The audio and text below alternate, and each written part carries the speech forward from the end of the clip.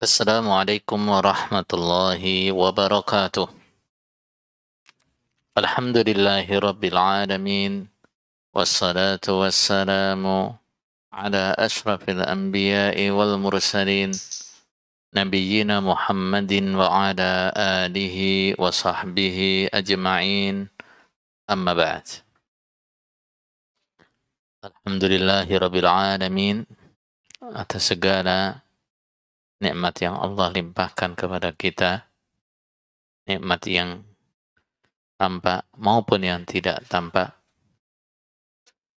termasuk kesempatan yang Allah berikan, kemampuan yang Allah berikan kepada kita untuk terus bertalabul ilmi.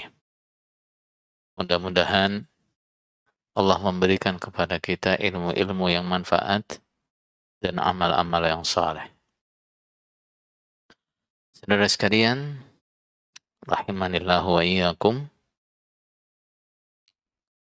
Kita kembali melanjutkan kajian kitab tafsir Taisirul Karimir Rahman fi tafsiri Kalamil Mannan atau tafsir As-Sa'di. Pembahasan kita kali ini akan kita mulai dari ayat 151 dari surat Al-Baqarah. Baik, kita baca dulu ayatnya. A'udzu billahi minasy syaithanir rajim. Kama arsalna fiikum rasulan minkum yatlu 'alaikum ayatina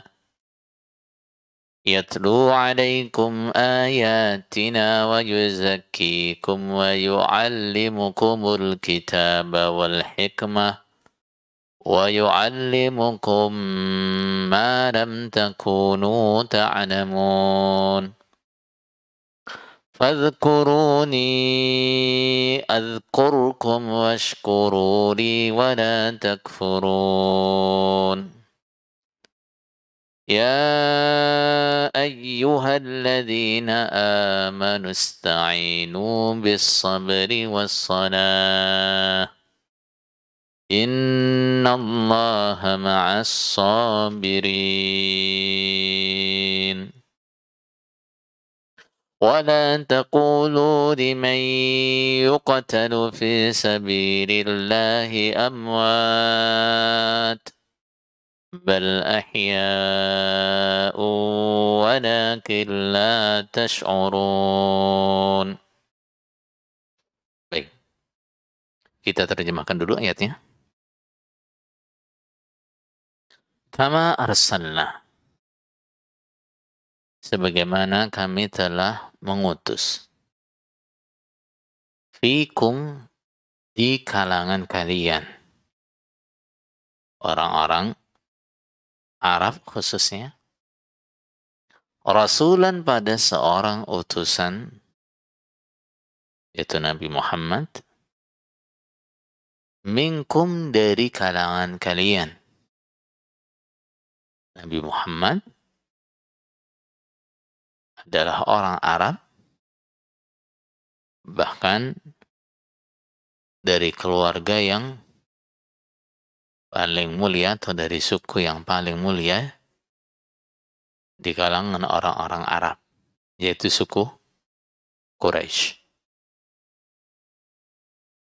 Yatlu alaikum, Rasul itu membacakan pada kalian ayatina, pada ayat-ayatku, wa yuzakkikum, dan dia mensucikan kalian dari kejelekan-kejelekan, baik jeleknya akidah, amalan, maupun akhlak. Wa yu'allimukum, dan dia mengajarkan kepada kalian al-kitaba, pada kitab, wal hikmatan, dan hikmah. Wa yu'allimukum, dan dia mengajarkan kepada kalian ma lam takunu, ta'lamun. Sesuatu yang kalian belum tahu. Kalian belum mengetahuinya. Baik. Nikmat-nikmat itu seperti halnya ketika aku mengutus seorang utusan untuk kalian yang berasal dari kalangan kalian sendiri. Rasul itu datang membacakan ayat-ayatku pada kalian. Mensucikan kalian dari keburukan, akidah-akidah yang menyimpang, amalan-amalan yang haram, dan akhlak-akhlak yang buruk. Mengajarkan kitab Al-Quran dan hikmah kepada kalian. Dan mengajarkan ilmu-ilmu yang sebelumnya kalian belum ketahui. Baik. Fadhkuruni, maka ingatlah kalian padaku. Adzkurkum, maka aku ingat kalian. Washkuruli, dan bersyukurlah kalian padaku. Wala takfurun, dan kalian jangan mengkufuriku. Kita lihat tafsirnya.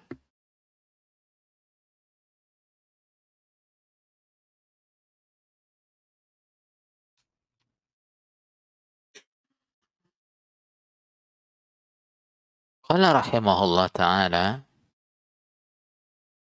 yaqulu ta'ala, Allah Ta'ala berfirman, Inna in'amana alaikum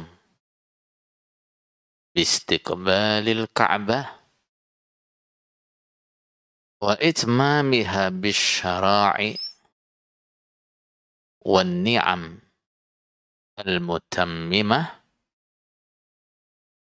laysa bibida'in min ihsanina wala bi awwalihi. Sesungguhnya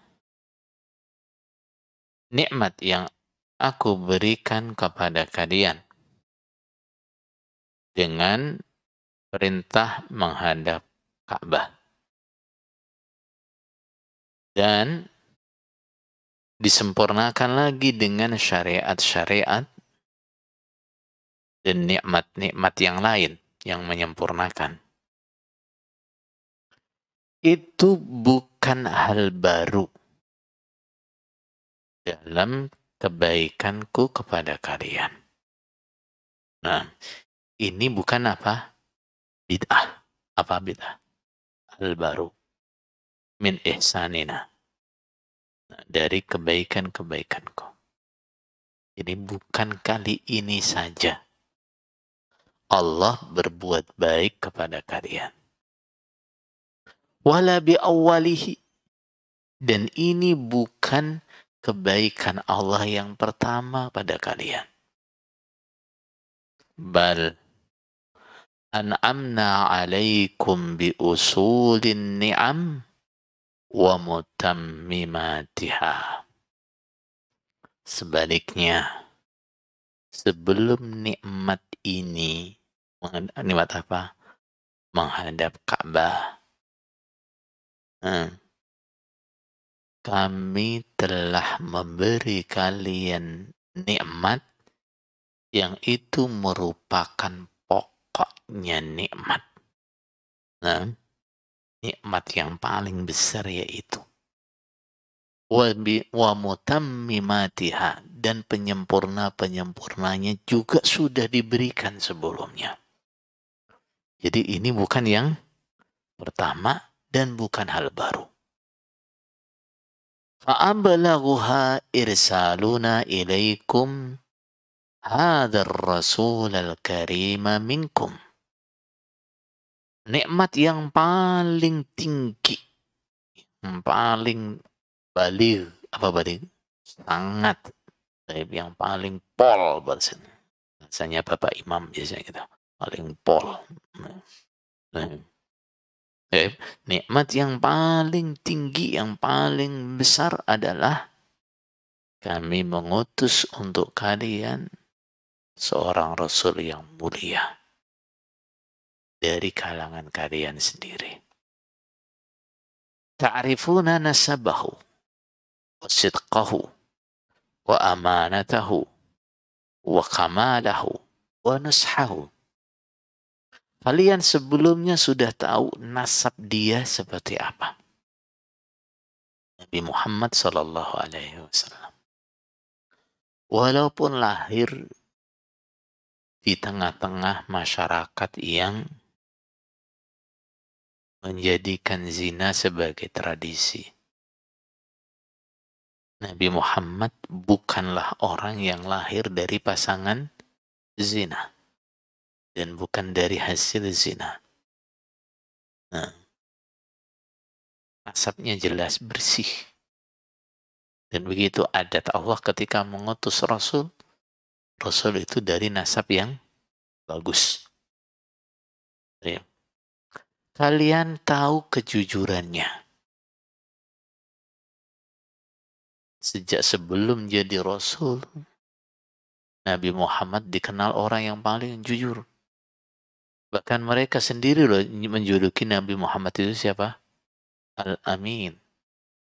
Al-Amin itu kenapa? Karena jujurnya Nabi Muhammad. Wa amanatahu, dan amanat dia. Dia ini orangnya paling bisa dikasih kepercayaan. Wa kamalahu, dan kesempurnaan dia baik secara fisik maupun akhlak. Wa nushahu, dan nasihatnya dia. Apa nasihatnya itu? Apa artinya nasihat? Nah, selalu menghendaki baik kepada orang lain. Nah, ini adalah nikmat. Nah, Nabi dari keistimewaan Nabi dari kalangan sendiri. Apa kan keistimewaannya? Bahasanya sama, tradisinya sama. Memahami ucapannya nggak sulit. Memahami risalahnya nggak sulit. Mereka nggak perlu penerjemah. Ya kan? Oh iya. Kemudian tahu nasabnya bagus. Orangnya jujur. Orangnya amanah. Akhlaknya sempurna. Orangnya selalu berusaha memberikan kebaikan kepada orang lain. Ini memudahkan orang untuk mendapatkan hidayah. Ya enggak? Nah, ini memudahkan orang untuk mendapatkan hidayah.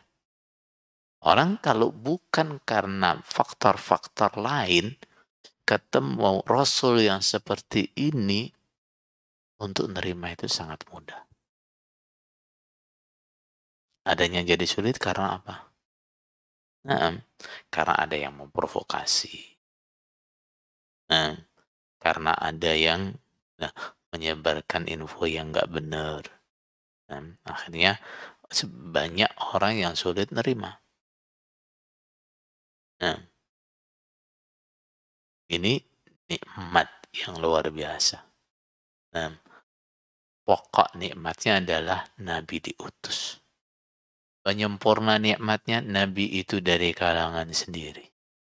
Nah, Nabinya, latar belakangnya seperti apa, semua sudah tahu. Ini adalah penyempurna nikmat. Yatlu alaikum ayatina. Dia membacakan ayat-ayatku kepada kalian. Wa hadha ya'ummul ayatil qur'aniyah wa ghairiha. Wa ghairaha. Kalimat ayat di sini umum.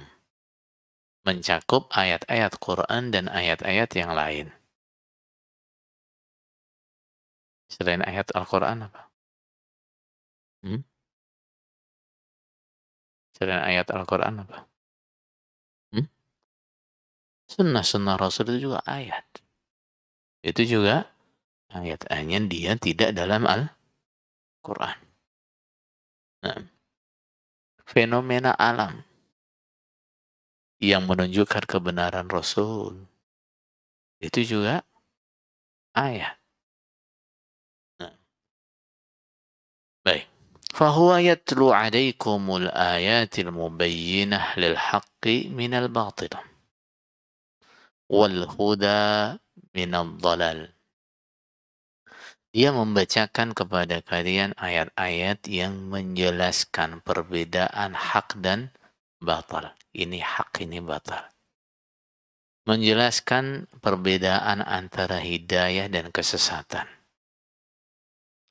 Allati dallatkum awalan ala tauhidillahi wa kamalihi. Ayat-ayat itu semuanya pertama menunjukkan kepada kalian terhadap apa? Keesaan Allah Subhanahu wa taala dan kesempurnaannya. Dan ini yang menjadi apa? Fokus dakwah Rasulullah sallallahu alaihi wasallam selama puluhan tahun di Mekah. Thumma ala sidqi rasulihi wa wujubil imani bih. Kemudian ayat itu menunjukkan kebenaran Rasul dan wajibnya iman kepadanya. Dengan cara apa? Banyak metodenya Al-Quran untuk menunjukkan apa? Kebenarannya Rasul. Di antaranya adalah Al-Quran memberikan hujah-hujah. Baik yang secara logika dan diberikan kepada Nabi Muhammad SAW dalam Al-Quran. Yang menunjukkan bahwa Allah itu cuma satu. Allah itu ada. Allah itu cuma satu. Banyak dalam Al-Quran begitu dibahas. Baik. Kemudian juga banyak di situ cerita-cerita Al-Quran yang kenyataannya, kejadiannya mereka jumpai. Ini menunjukkan apa? Bahwa Rasul itu benar dan kita harus percaya sama dia. Baik. Thumma ala jami'i ma akhbara bihi minal ma'adi wal ghuyub. Kemudian ayat-ayat itu juga menunjukkan bahwa kalian harus iman pada semua yang Nabi kabarkan. Baik itu terkait dengan ma'ad. Apa ma'ad? Tempat kembali. Di mana? Akhirat. Maupun terkait hal-hal yang gaib. Hatta hasala lakumul hidayatut tammah wal ilmul yaqin. Sampai akhirnya kalian mendapatkan hidayah yang sempurna dan ilmu yang yakin. Wa yuzakkikum ay yutahhiru akhlaqakum wa nufusakum. Yang dimaksud dengan mensucikan kalian adalah mensucikan akhlak dan jiwa kalian. Bitarbiyatiha 'alal akhlaqil jamilah. Dengan cara mendidik diri jiwa untuk terbiasa dengan akhlak-akhlak yang baik. Wa tanzihiha 'anil akhlaqir radhilah. Dan membersihkan diri dari akhlak-akhlak yang hina. Wa dzalika katazkiyatihim minasyirki ila tauhid. Dan yang seperti itu contohnya adalah Nabi mensucikan mereka dengan cara apa? Mengajak mereka meninggalkan syirik, kemudian menetapi tauhid. Wa minar riya'i ilal ikhlas. Mengajak mereka meninggalkan riya untuk menetapi ikhlas. Wa minal kadzib ila sidq. Mengajak mereka meninggalkan dusta. Kemudian membiasakan kejujuran. Wal khiyanati ilal amanah. Mengajak mereka meninggalkan khianat. Kemudian membiasakan apa? Amanah. Wa minal kibri ila tawadu'. Mengajak mereka meninggalkan sifat sombong. Kemudian membiasakan sifat tawadu'. Wa min su'il khuluq ila husnil khuluq. Kemudian dari semua akhlak yang jelek, tinggalkan semua itu, dan kemudian membiasakan akhlak yang baik. Wa minat tabaghud, wat tahajur, wat taqatu'. ila tahabbi wattawasuri wattawadud. Nah, untuk diajak untuk meninggalkan kebiasaan saling bermusuhan, saling tidak peduli, saling memutus famili.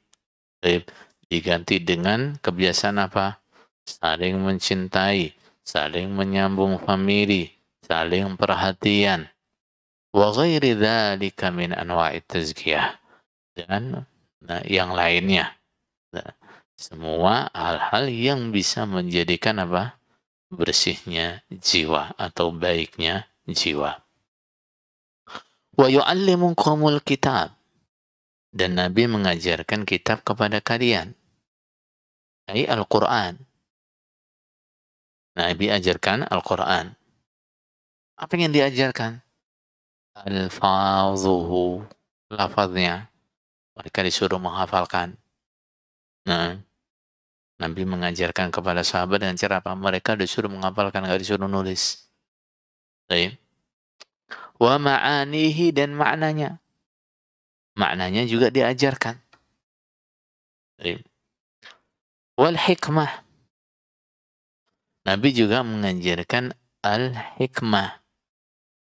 Apa yang dimaksud dengan al-hikmah? Tadi kita tidak terjemahkan karena apa? Di sini ada beberapa penafsiran, maka tadi kita cuma sebut al-hikmah gitu saja. Qila, ada yang mengatakan hiya as-sunnah. Yang dimaksud dengan hikmah dalam ayat ini adalah sunnah. Apa sunnah itu? Apa yang dimaksud sunnah di sini? Segala sesuatu yang valid dari Rasulullah Sallallahu Alaihi Wasallam, baik berupa ucapan maupun perbuatan maupun persetujuannya. Nah, ini namanya apa? Sunnah. Wakila al-hikmatu ma'rifatu asraris syariah wal fiqhu fiha wa tanzilul umuri manazilaha. Ada yang mengatakan bahwa hikmah itu artinya adalah mengetahui rahasia syariah. Artinya apa? Kenapa disyariatkan begini? Nah, misalnya, kenapa kita disyariatkan puasa? Apa alasannya? Mengetahui alasan-alasannya, alasan-alasan yang membenarkannya, itu namanya apa? Hikmah. Wal fiqhu fiha. Nah, faqih dalam syariat, dalam hukum-hukum syariat itu juga disebut dengan hikmah.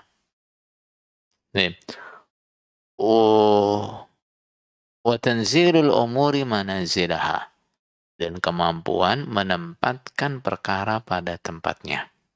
Masalah ini, untuk hukum seperti ini, tempatnya sekarang di zaman ini adalah begini. Atau tempatnya di lingkungan seperti ini adalah begini. Baik. Dalil ini konteksnya begini. Hadis ini konteksnya begini. Nah, ini namanya hikmah. Baik. Yang benar yang mana? Semua makna yang disebutkan tentang hikmah di sini benar. Baik. Sehingga kalimat hikmah bisa diartikan sunnah. Baik. Bisa juga diartikan pengertian terhadap rahasia syariah.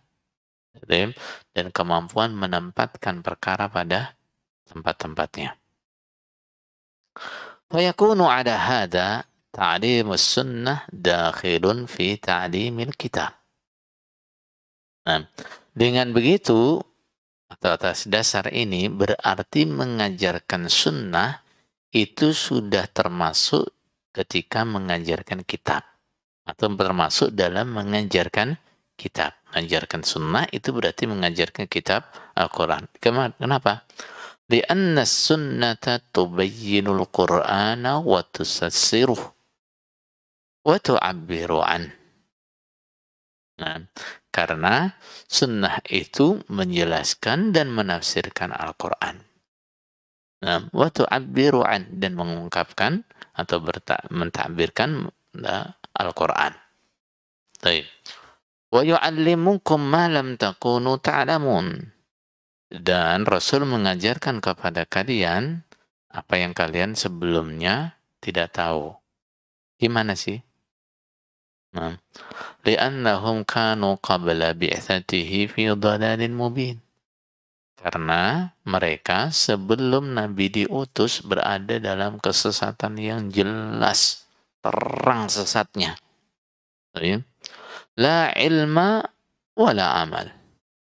Tidak ada ilmu dan tidak ada amal. Wa kullu ilmin aw amalin nalathu hadhihi al-ummah fa'ala yadihi wa bisababihi kana. Baik. Maka semua ilmu dan amalan yang diperoleh oleh umat ini, maka itu adalah jasa Rasulullah ala yadihi. Nah, lewat tangan Rasulullah, itu adalah jasa Rasulullah. Wa bisababihi kan, dan adanya karena sebab Nabi. Penyebabnya adalah Nabi. Sebab itu apa sih? Perantara. Masih kita perantara. Antara Nabi. Hadhihi ni'amu hiya usulun ni'am 'ala al-itlaq. Nikmat-nikmat ini, nikmat yang mana? Yang terkait dengan hidayah kita, agama kita. Itu adalah pokoknya nikmat secara mutlak. Artinya apa? Enggak ada nikmat yang lebih utama, yang lebih pokok daripada nikmat ini. Baik. Wala hiya akbaru ni'amin yan'amu biha ala ibadihi. Ini adalah nikmat yang paling besar yang Allah berikan kepada hambanya. Wa wazifatuhum syukrullahi 'alaiha wal qiyamu biha. Nah, sedangkan tugas mereka adalah mensyukuri Allah atas nikmat-nikmat ini wal qiyamu biha, dan melaksanakannya. Kenapa? Ini nikmat ini terkait dengan perintah larangan yang harus kita kerjakan.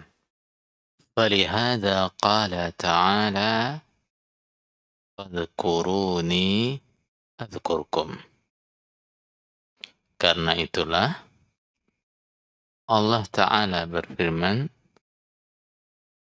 ingatlah kalian padaku, maka aku pasti ingat kalian. Wa amara ta'ala bidzikrihi wa wa'ada 'alaihi afdhala jazain. Dalam ayat ini Allah perintah supaya ingat kepada Allah dan menjanjikan balasan yang paling utama untuk orang yang ingat kepada Allah. Wa huwa dzikruhu liman dzakarahu. Yaitu Allah mengingat atau menyebutkan orang yang mengingatnya. Kama qala ta'ala 'ala lisani rasulih. Sebagaimana Allah Ta'ala berfirman lewat sabda Rasul sallallahu alaihi wasallam. Maksudnya dalam hadis qudsi. Man dzakarani fi nafsihi dzakartuhu fi nafsi. Barang siapa yang mengingatku dalam dirinya, maka aku mengingatnya dalam diriku. Wa man dzakarani fi mala'in dzakartuhu fi mala'in khairin min. Dan barang siapa yang mengingatku dalam sebuah perkumpulan, maka aku mengingatnya dalam perkumpulan yang lebih baik daripada mereka. Ini adalah balasan yang paling besar dari atau untuk orang yang ingat kepada Allah. Itu diingat oleh Allah, disebut oleh Allah, di kalangan perkumpulan malaikat. Wa dzikrullahi ta'ala afdaluhu ma tawata'a alaihi al-qalbu wal lisan. Zikir kepada Allah Ta'ala yang paling utama adalah bila antara hati dan lisan itu serasi, nyambung. Lisannya zikir, hatinya juga zikir. Ini yang paling utama. Dan yang paling sulit. Banyak orang bisa zikir dengan lisannya, tapi hatinya kosong. Hatinya tidak mengikuti apa yang diucapkan oleh lisannya. Wa huwa dzikru alladhi yuthmiru ma'rifatallahi wa mahabbatihi wa kathrata thawabihi. Zikir yang seperti itu zikir yang melibatkan lisan dan hati, adalah zikir yang menghasilkan ma'rifat Allah. Seseorang mengenal Allah, mencintai Allah, dan banyaknya pahala Allah. Nah, jadi pengenalan kepada Allah itu didapat dengan cara zikir yang antara lisan dan hati nyambung. Cinta kepada Allah itu adalah buah dari zikir yang seperti ini. Pahala yang lebih banyak dalam zikir juga didapat dalam zikir yang seperti ini. Walaupun orang zikir yang hanya dengan lisannya saja itu ya berpahala. Orang zikir dengan hatinya saja juga itu berpahala. Akan tetapi apabila zikir itu bisa menggabungkan antara zikirnya hati dan lisan, maka pahalanya lebih besar dan dampaknya juga lebih besar. Wadzikru huwa ra'sus syukur. Zikir itu adalah ra'sus syukur, kepalanya syukur. Siapa? Syukur yang paling utama itu adalah zikir. Falihada amara bihi khususan. Karena itulah Allah secara khusus perintah agar selalu ingat Allah. Sebagai apa? Sebagai bentuk syukur. Nah, salah satu tanda yang paling jelas orang itu bersyukur adalah apa? Selalu mengingat yang memberi nikmat. Nah, menyebut-nyebut yang memberi nikmat. Ini apa? Menunjukkan dia sangat berterima kasih atau sangat bersyukur dengan kebaikannya. Seperti apabila kita misalnya ada orang yang memberikan hadiah atau pemberian kepada kita. Ketika kita berkesan dengan pemberiannya, biasanya gimana? Di mana-mana kita sebut. Kita banyak cerita bahwa fulan memberi saya hadiah begini, fulan memberi saya begini. Nah, makanya bentuk syukur yang paling utama itu adalah banyak ingat kepada yang memberi nikmat. Baik. Tsumma min ba'dihi amara bisyukri umuman. Kemudian setelah zikir, Allah juga memerintahkan syukur secara umum. Baik. Faqala washkuruli. Allah berfirman, dan bersyukurlah kepadaku. Ai, ala ma an'amtu alaikum bihadhihi ni'am. Karena nikmat-nikmat yang aku berikan pada kalian. Wa dafa'tu ankum sunufan niqam. Dan karena aku menolak dari kalian berbagai macam nikmah. Apa nikmah itu? Kebalikannya nikmah. Beberapa bencana, beberapa keburukan. Nah, itu namanya apa? Nikmah. Baik. Jadi, kalian aku beri banyak nikmat. Bersyukurlah. Itu juga kalian aku selamatkan dari banyak kejelekan, banyak keburukan, banyak bencana. Bersyukurlah. Nah, kemudian Syekh rahimahullah ta'ala menjelaskan syukur itu seperti apa. Qala wa syukru yakunu bil qalbi iqraran bin ni'ami wa i'tirafan. Syukur itu yang pertama melibatkan hati. Nah, syukurnya hati bagaimana? Syukurnya hati itu dalam bentuk hati mengakui ini adalah nikmat dari Allah. Nah, ini namanya apa? Hatinya syukur. Ketika dia mendapatkan nikmat dalam hati dia, ini adalah pemberian dari Allah. Ini adalah nikmat dari Allah. Wa bil lisani dzikran wa thana'an. Kemudian yang kedua, syukur itu melibatkan lisan. Bagaimana bentuk syukur dalam lisan? Adalah dengan cara menyebut dan menyanjung. Wa amma bi ni'mati rabbika haddits. Ketika adapun kepada nikmatnya Rabbmu, maka berceritalah.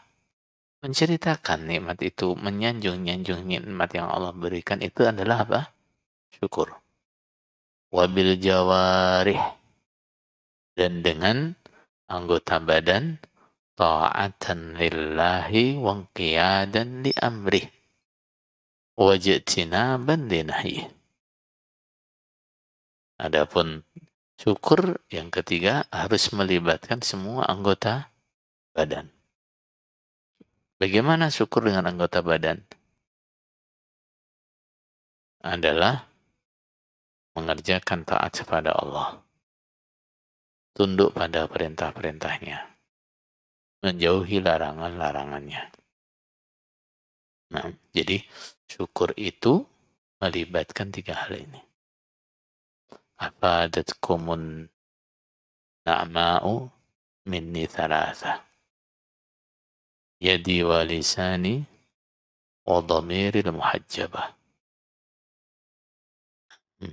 Kalian akan melihat kesyukuran dariku dalam tiga hal. Apa itu? Yadi wa lisani. Tangan dan lisanku wa dhamiril muhajjabah. Dan hati yang tersembunyi. Nah, jadi syukur itu apa? Sebabnya adalah nikmat. Kemudian cara bersyukur itu melibatkan tiga. Apa? Hati, lisan, dan anggota badan. Untuk anggota badan, cara syukurnya anggota badan adalah menggunakan nikmat itu untuk apa? Mencari ridhonya Allah. Dengan cara apa? Taat kepada perintah Allah, jauhi larangan Allah. Ini namanya apa? Syukur. Ya'malu ala Dawuda syukra. Beramallah wahai keluarga Daud syukran karena syukur. Nah, berarti beramal soleh itu adalah bagian dari syukur. Nah, ada yang mengatakan wasyukru sarful abdi ma'aulahu maulahu min ni'amin fi ridahu. Syukur itu adalah seorang hamba menggunakan nikmat yang Allah berikan untuk mendapatkan ridhonya. Ini namanya syukur. Baik, kemudian Syekh rahimahullah taala di sini membahas sedikit sekilas tentang keutamaannya syukur. Qal wa syukru fihi baqa'un ni'matil mawjudah wa ziyadatun bin ni'amil mafqudah. Baik. Syukur itu manfaatnya adalah menetapkan nikmat yang sudah ada. Baik. Dan menambahkan nikmat yang belum ada. Nah, dengan syukur nikmat yang ada yang sudah diberikan akan Allah tambah. Kemudian ditambah yang belum diberikan Allah akan memberikan. Ini faedahnya syukur. Apa dalilnya? Qala ta'ala la in syakartum la azidannakum. Niscaya bila kalian bersyukur, aku pasti memberi tambah kepada kalian.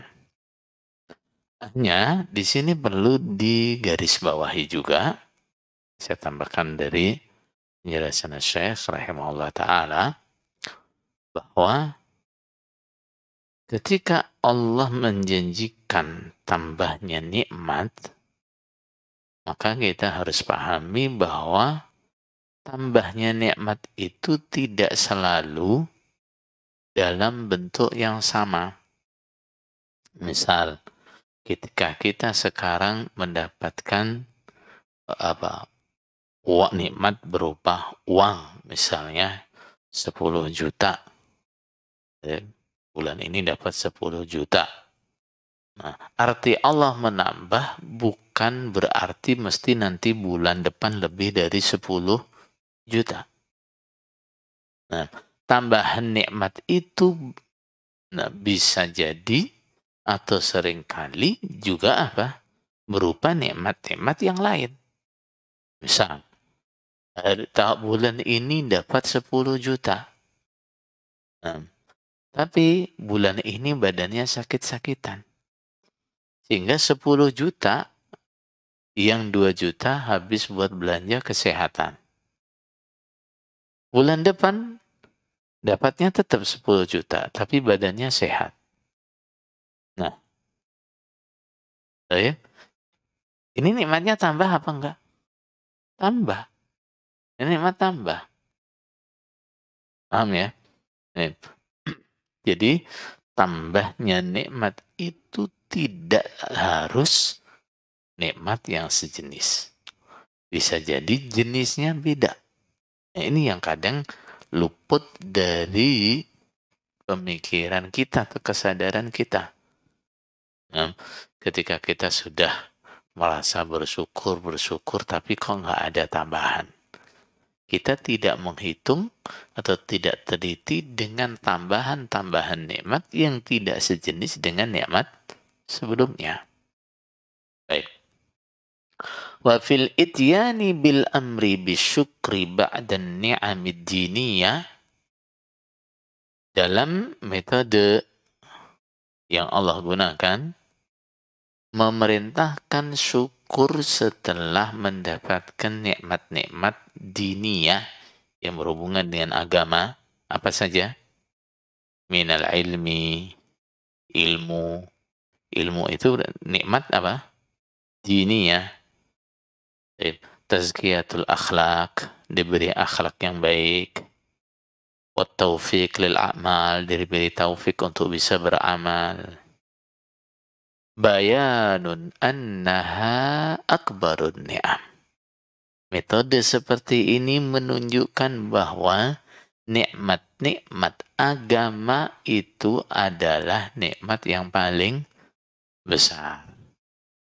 Nah, jadi Allah mengingatkan fadhkuruni azkurukum washkuruli wala takfurun. Ini setelah apa?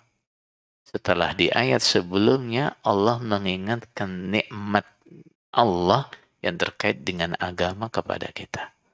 Kama arsalna fikum rasulan minkum yatlu alaikum. Ini adalah nikmat-nikmat apa? agama.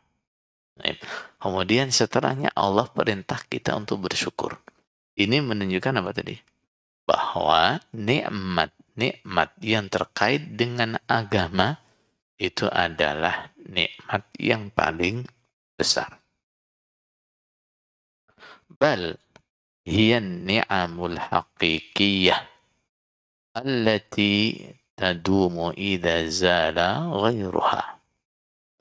Bahkan ini adalah nikmat yang hakiki.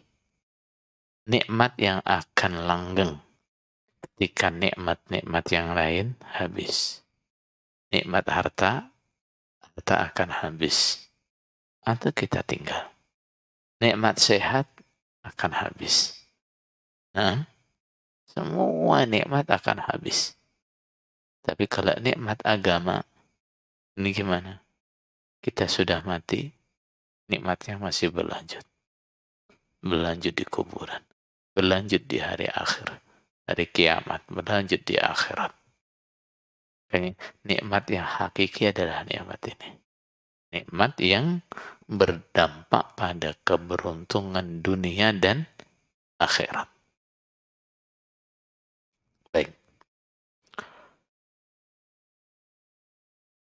Wa annahu yanbaghi liman wuffiqu li'ilmin aw amalin ay yashkurullaha ala dhalik. Metode ini juga menunjukkan bahwa orang yang oleh Allah diberi taufik bisa belajar atau mendapatkan ilmu, bisa mengerjakan suatu amalan, hendaknya dia bersyukur kepada Allah. Alhamdulillah, Allah beri kesempatan saya mencari ilmu. Alhamdulillah, Allah mudahkan saya memahami ilmu, syukur. Begitu juga ketika Allah memberikan taufik kepada kita bisa mengamalkan suatu amal soleh. Syukur, alhamdulillah.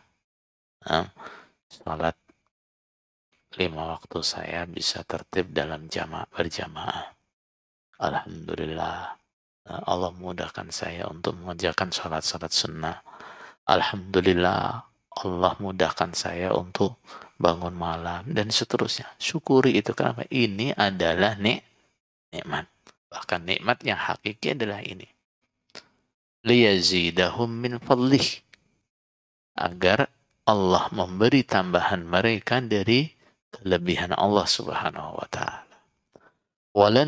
Waliyandafi'a anhumul ijab. Dan agar tertolak dari mereka sifat ujub. Agar mereka nanti nggak ujub. Kalau mereka dimudahkan atau diberi ilmu, nggak terus, wah ini karena saya rajin belajar, wah ini karena saya punya kecerdasan yang lebih daripada yang lain. Enggak. Kalau dapat ilmu dari syukur, alhamdulillah, Allah mudahkan. Begitu juga ketika dia dimudahkan dalam hal ibadah, dalam hal beramal soleh, ketika dia syukur, ini bisa menolak ujub. Fayashtaqillu bisyukur. Agar itu semua tidak terjadi, maka dia sibukkan diri dengan syukur. Walamma kana syukru didduhul kufru na'an diddih. Karena kebalikan syukur adalah kufur, maka Allah melarang kita dari kufur. Tadi sudah kita bahas gimana? Al-amru bisyai nahyun an diddih. Perintah pada sesuatu itu berarti larangan dari yang kebalikannya. Kalau kita diperintah berdiri, maka semua yang kebalikannya berdiri nggak boleh kita lakukan. Berarti kita nggak boleh duduk. Berarti kita nggak boleh berbaring. Begitu kan? Nah, kalau kita diperintahkan untuk duduk, berarti kita nggak boleh berdiri. Kita nggak boleh tidur. Gitu kan? Nah, makanya Allah setelah perintah syukur melarang kufur. Faqala wala takfurun. Maka Allah berfirman, kalian jangan mengkufuriku. Al-muradu bil kufri hahuna ma yuqabilu syukur. Yang dimaksud dengan kufur di sini adalah kebalikan syukur. Fahuwa kufrun ni'ami wa jahduha wa adamul qiyami biha. Yaitu kufur terhadap nikmat dan mengingkarinya. Dan tidak melakukan atau mengerjakan kewajibannya syukur.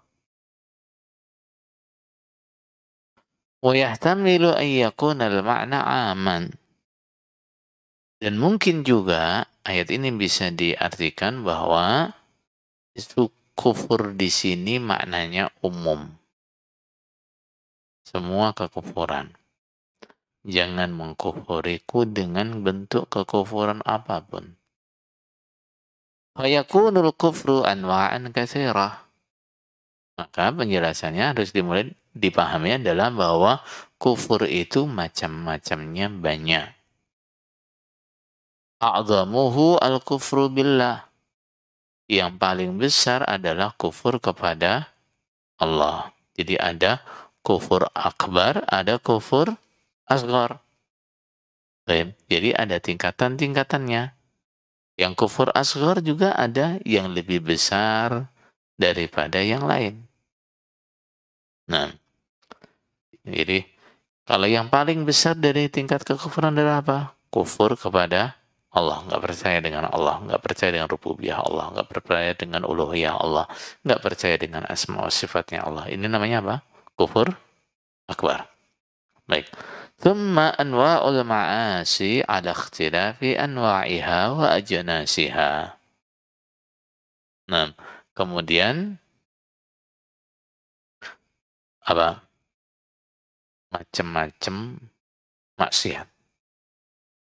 Nah, semua bentuk maksiat dengan beberapa macam dan jenisnya. Itu juga kekufuran. Nah, jadi orang melakukan maksiat itu adalah kufur. Tapi apa? Kufur apa? Nah, tidak semuanya kufur akbar. Ada yang asghar, ada yang akbar. Nah, minasyirki famadunahu. Apakah itu syirik atau yang di bawahnya syirik? Nah, itu juga kekufuran. Nah, jadi orang berbuat maksiat itu termasuk kufur. Kenapa? Kenapa? Satu saja terkait masalah syukur. Orang ketika dia berbuat maksiat, fasilitas yang dia pakai apa? Nikmat dari Allah. Ya enggak? Oh, iya. Nah, jadi dia menggunakan nikmat Allah untuk berbuat maksiat. Itu kufur apa syukur? Kufur. Paham ya? Baik, jadi kayak semua maksiat itu adalah kekufuran. Nah, kufur asghar juga bisa masuk dalam kufrun nikmah. Baik, saudara sekalian, kajian kita kali ini kita cukupkan sekian. Ada kurang lebihnya, mohon maaf yang sebesar-besarnya. Subhanakallahumma bihamdika asyhadu an la ilaha illa anta astaghfiruka wa atubu ilaik. Wassalamualaikum warahmatullahi wabarakatuh.